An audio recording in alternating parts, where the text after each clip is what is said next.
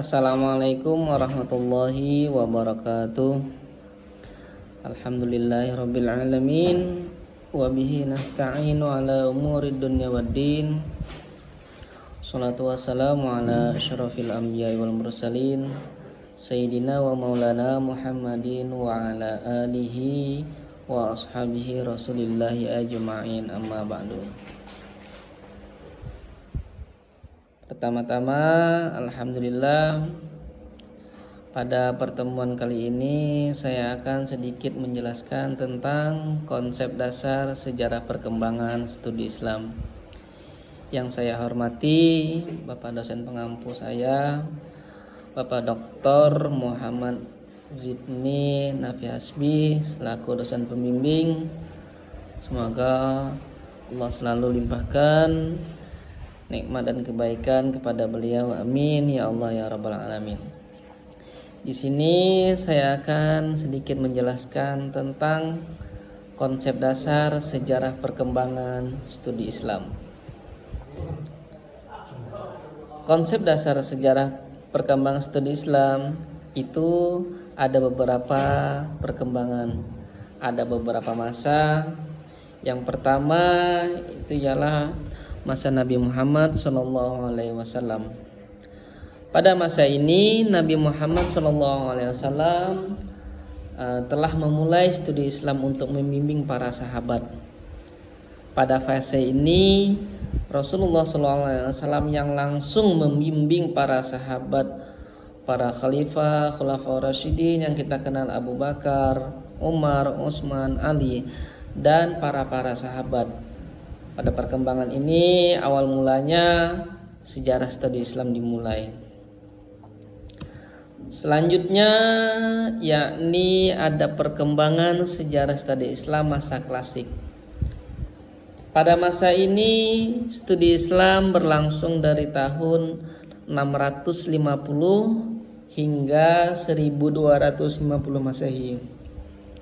Pada masa ini tema studi Islam berfokus pada ajaran Islam yang diturunkan kepada Nabi Muhammad SAW tentang akidah dan ibadah. Pada masa ini pula, pada masa klasik ini, Islam yang diturunkan kepada Nabi Muhammad SAW, beliau mengajarkan kepada kita tentang akidah, tentang ibadah pada Allah Subhanahu wa taala. Selanjutnya yaitu ada periode pertengahan.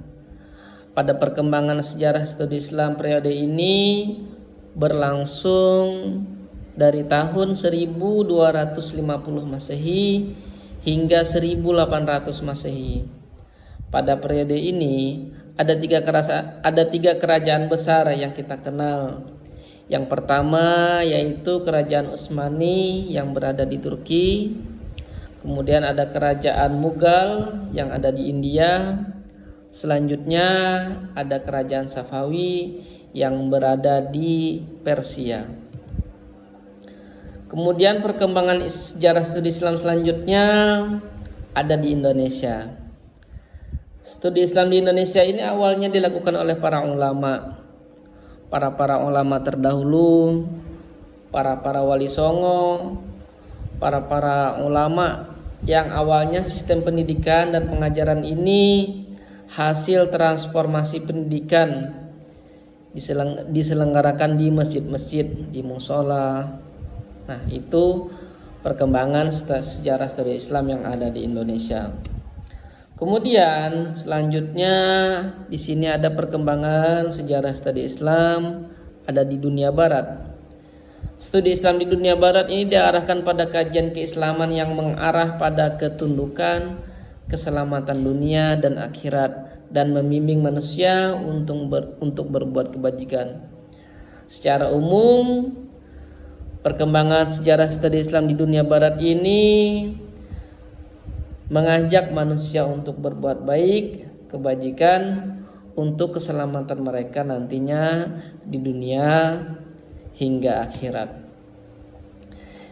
Kemudian ada lagi yang terakhir di sini perkembangan sejarah studi Islam di dunia Islam. Studi Islam di dunia Islam ini berkembang di pusat-pusat studi Islam seperti Universitas Al-Azhar yang sampai saat ini masih ada berada di Kairo, Mesir. Kemudian juga ada Universitas Ummul Qura yang ada di Arab Saudi. Sampai saat ini juga dua universitas ini masih ada, masih berkembang, masih pesat perkembangannya dan ilmu pengetahuan yang ada di sana. Mungkin ini sedikit yang bisa saya sampaikan tentang sejarah perkembangan studi Islam. Terima kasih, semoga bermanfaat. Mohon maaf atas segala kesalahan dan kekhilafan. Akhirul kalam, billahi taufiq wal hidayah. Wassalamualaikum warahmatullahi wabarakatuh.